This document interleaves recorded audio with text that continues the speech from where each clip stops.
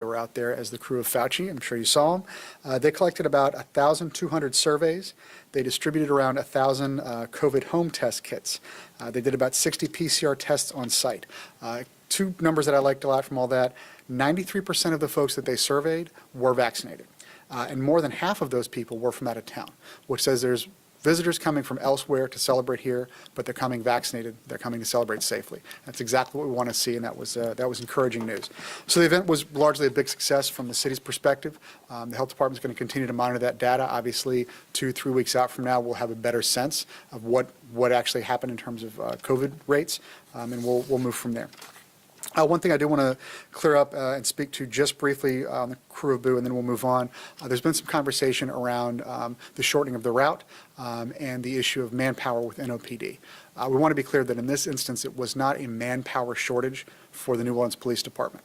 The Krewe of Boo event was a paid detail. As such, they contract through the Office of Police Secondary Employment, OPSE. The event organizers select the rate at which those details are going to pay officers, and then they're put out for volunteers. Not a sufficient amount of officers volunteered to work that detail at the rate that was being offered, which is why you had fewer officers than they needed for the total route, and why the route ultimately was shortened on Friday. But it's not a manpower shortage at NOPD. It's important to make that distinction between what is a paid detail event and what we call a city role. Mardi Gras parades are a city role. That means NOPD is all out there in full force on the city's dime, on the city's clock, and they're all out there for the duration of it. That's a different deployment mechanism than what happens with a paid detail event. So that's just it's a distinction with a pretty important difference, and I want to make sure people are aware of that. The men and the women of NOPD, all of our frontline responders, paramedics, firefighters, everybody up and down the line have been under tremendous strain in the last 18 months throughout this pandemic. We want to stay mindful of that, and we want to stay appreciative of the tremendous work and sacrifice that they've all made for the city, and that have enabled us to come back to where we are now so that we can begin having big events and do it in a safe way. A couple more announcements, and then we will take questions. This weekend, going into next week, Mayor Cantrell will be traveling to Glasgow as part of the United States Conference of Mayors delegation to the 2021 United Nations Climate Change Conference. It's COP26, COP26. That stands for Conference of the Parties, and it's the 26th annual summit.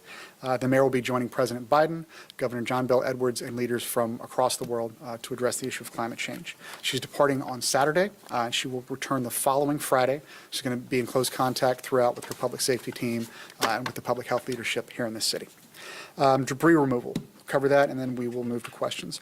To date, Sirius has removed 178,703 cubic yards of material and 15,022 hazardous limbs and trees. The first removal pass we announced last Friday from Hurricane Ida has now been extended until November the 10th. That's due to a considerably higher volume of storm debris than initially anticipated. The early estimate said that we were going to have 200,000 cubic yards. Revised estimate looks like there's an additional 50 to 100,000 cubic yards, which is why we extended the timeline for that first pass. The 2-week extension should help ensure that storm debris is collected from all neighborhoods in that first pass.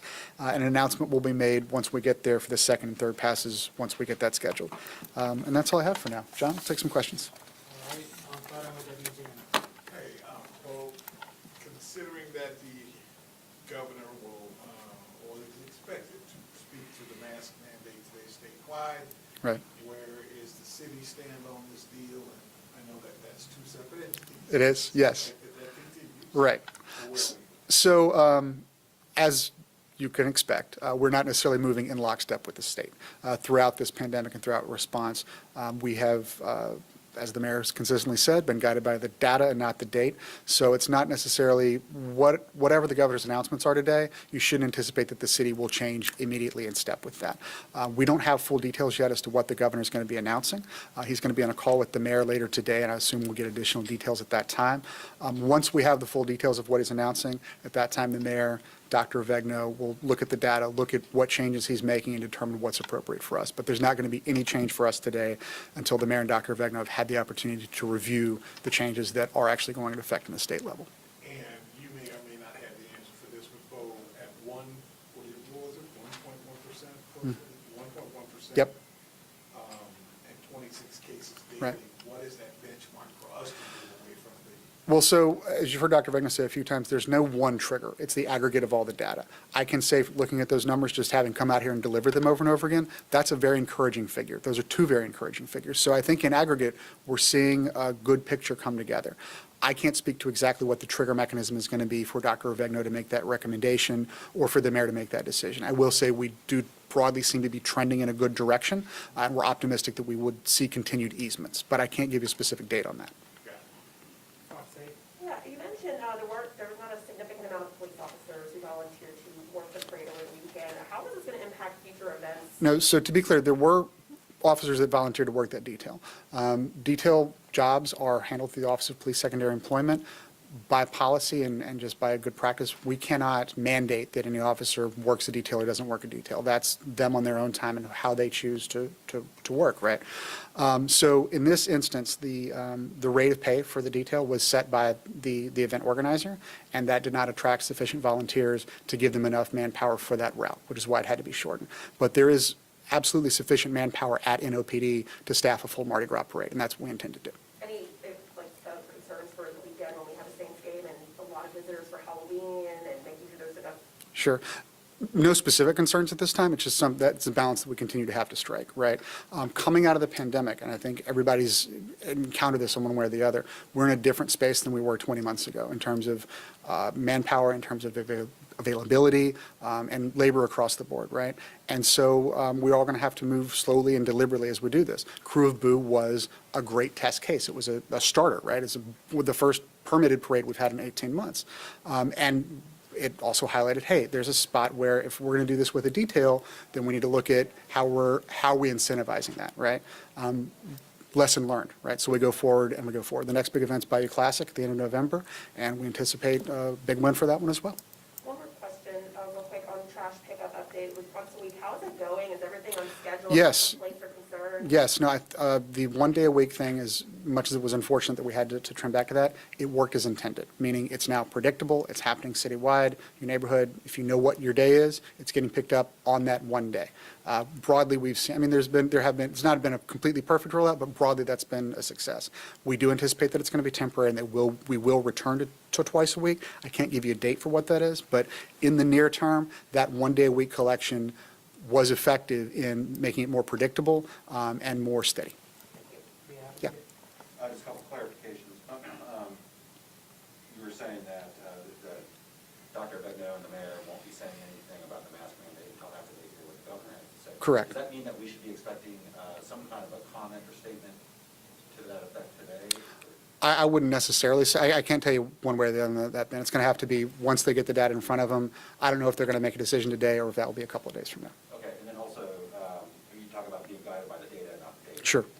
Which makes perfect sense, but can you tell us if, on the other hand, like, will there be consideration as to the time of year in relation to Mardi Gras and whatnot? If that would figure, like, so if the data looks good for any time of year, but you know that there are bigger gatherings coming up. Right. Will that influence the decision? Yes, I can say broadly, without getting into the specific metrics, that certainly that would factor into the decision that the mayor and Dr. Vegno and the public safety leadership team would collectively be making. Okay, and then, so 1,200 surveys from Krewe of Boo, right? Yep, that's the number that I had. Is there a certain benchmark for how many years? Well, so she got 1,200 from the crowd, and they had additional, I want to say 150 to 200 from the riders, right? Because that was baked in on the front end. The people that were riding the floats, they got surveys from them, and then additionally, about 1,200 from the crowd and the route. Is that the idea, though, to then also follow up with a certain number? Absolutely, yes, and that's at 2 weeks out. And, so are you trying to follow up with all 1,200? Or? As many as they can get, right? I mean, it's going to, I don't know what the response rate's going to look like. We've never done this before, Right. so we're going to have to find out. Any other questions? Yeah, on police, does the city reach out to other, the sheriff's deputies, the state police, just other police groups to see if they want to do a detail or just the staff, that type of thing, in cases such as this? Well, so it's For big events like for Mardi Gras, once we're doing an activation for that, that's a situation where every year we're in close collaboration with law enforcement partners from other parishes, state, local, even federal. For one-off events like this, it's a big event, that's generally handled through OPSC, which just means New Orleans police officers. But it's my understanding that officers from other jurisdictions do have the opportunity to work those details, but that's not always coordinated through us. That's generally through the event organizer. And does the consent decree have an effect on other jurisdictions wanting to come in? The consent decree only applies to New Orleans. But is it keeping? I don't think so. other parishes? I don't think so, but obviously that's conjecture, right? I mean, I think you'd have to ask those individual law enforcement agencies from other spaces. Broadly, I know that my time doing comms for NOPD, folks that came in working with NOPD were happy to work with the NOPD and happy to be here to help us have safe events. Okay? And also, do you know what the benchmark is in 2 weeks for these surveys with the Krewe of Boo? Like, if this percentage happens? No, I don't have a specific metric on that, and that's similar to what Ben's question was. I'm sorry, yeah. Dr. Vegna would have more specifics on that, but again, we're kind of bolting the wings onto the plane as we take off, right? This is the first time we've done something like this. I think once they get the data back and they are able to put it in context, then they can say, okay, this was good or this was not, right? We do see broadly from what we were seeing on the ground Saturday, we're very encouraged. And just refresh my memory what the current city, Orleans Parish mask mandate is? You- Right this minute. I'm sorry, how do you mean? Just, it can change or won't change depending on what the governor says, but Right. what is in place right now? When people are indoors or when they're in large groups, they're required to wear a mask. But there's no end date at this point? Not at this time, no. That's what I want to know. Go ahead. Which neighborhoods are still waiting for first pass for debris pickup, do you know? I do not have that information. I know that there's a map available online that should be able to, we'll get you the link, because yeah.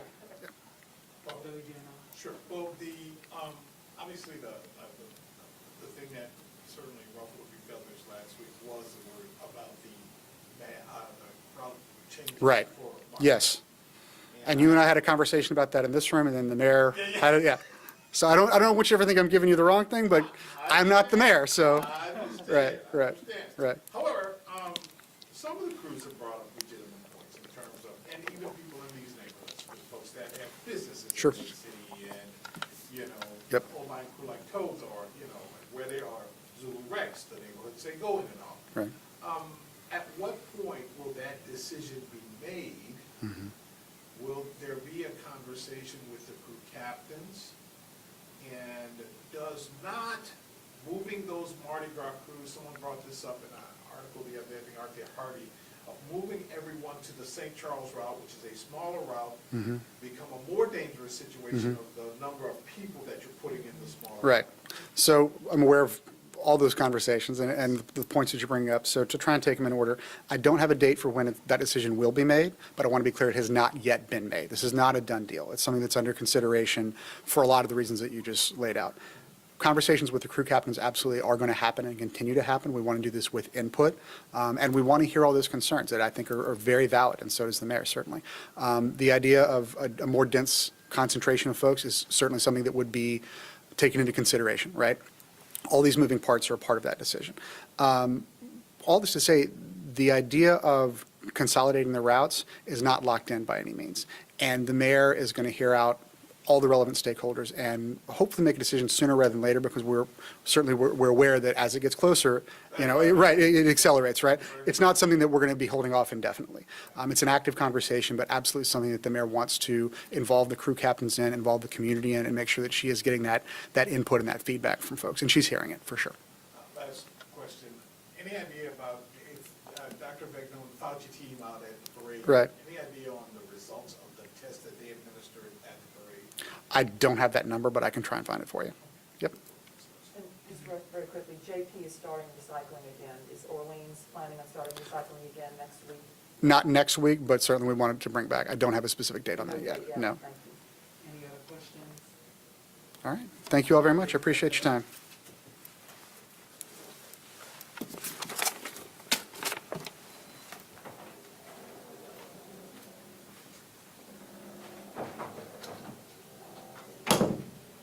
Well,